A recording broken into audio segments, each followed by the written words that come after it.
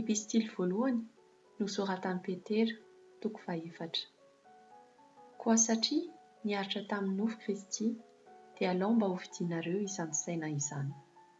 Fa izay niaritra tamin'ny nofo dia efa afaka tamin'ny ota, mba tsy handanianareo ny andro sisa iainanareo amin'ny nofo araka ny filan'ny olona intsony, fa araka ny sitrapon'Andriamanitra.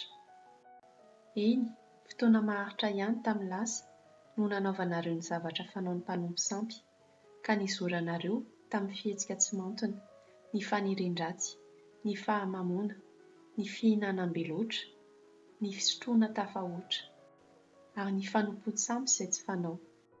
Amin'izany dia gaga ireo mpanompo sampy satria tsy dondona intsony ianareo miaraka aminy mba hanara-po amin'ny filibana, ka dia tevatevainy. Nefa ampamoain'ilay vonina hitsara ny velona sy ny maty izy ireo. Fa izany no nitoriana ny vaovao mahafaly tamin'izay maty azy, mba ho velona araka ny fomban'Andriamanitra izy ao amin'ny fanahy rehefa notsaraina tao amin'ny nofo araka ny fomban'ny olona. Fa tongotra ny faran'ny zavatra rehetra, koa endre ka mahonoana tena ho amin'ny fivavahana, ary mihoatra noho ny zavatra rehetra, mifankatiava tsara, fa ny fitiavana manarana fahotana maro.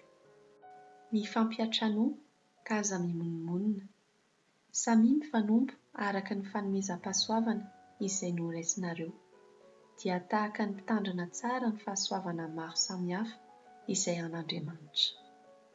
Raha misy olona miteny, dia aoka izy hiteny toy ny milaza tenin'Andriamanitra.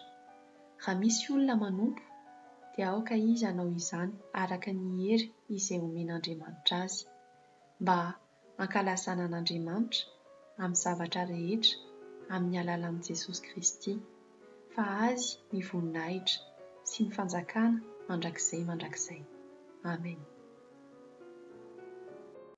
Ry malala, aza gaga noho ny fizahan-toetra mahamay izay mahazo anareo fitsapan-toetra, ary aza atao zavatra mahagaga manjo anareo izany, fa araka ny ombonanareo fijaliana amin'ny Kristy dia mifalia, mba hiravoravonareo indrindra amin'ny fisehoan'ny voninahiny koa.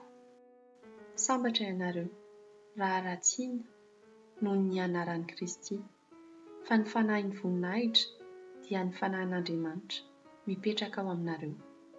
Fa aoka tsy hisy aminareo hijaly satria mpamono olona, na mpangalatra, na mpanao ratsy, na mpiraharany ihany olona. Fa raha misy mijaly satria kristianina, dia aoka tsy ho menatra izy, fa aoka hankalaza an'Andriamanitra amin'izany anarana izany izy. Fa tonga ny andro hiatombohan'ny fitsarana hatrao amin'ny ankonan'Andriamanitra.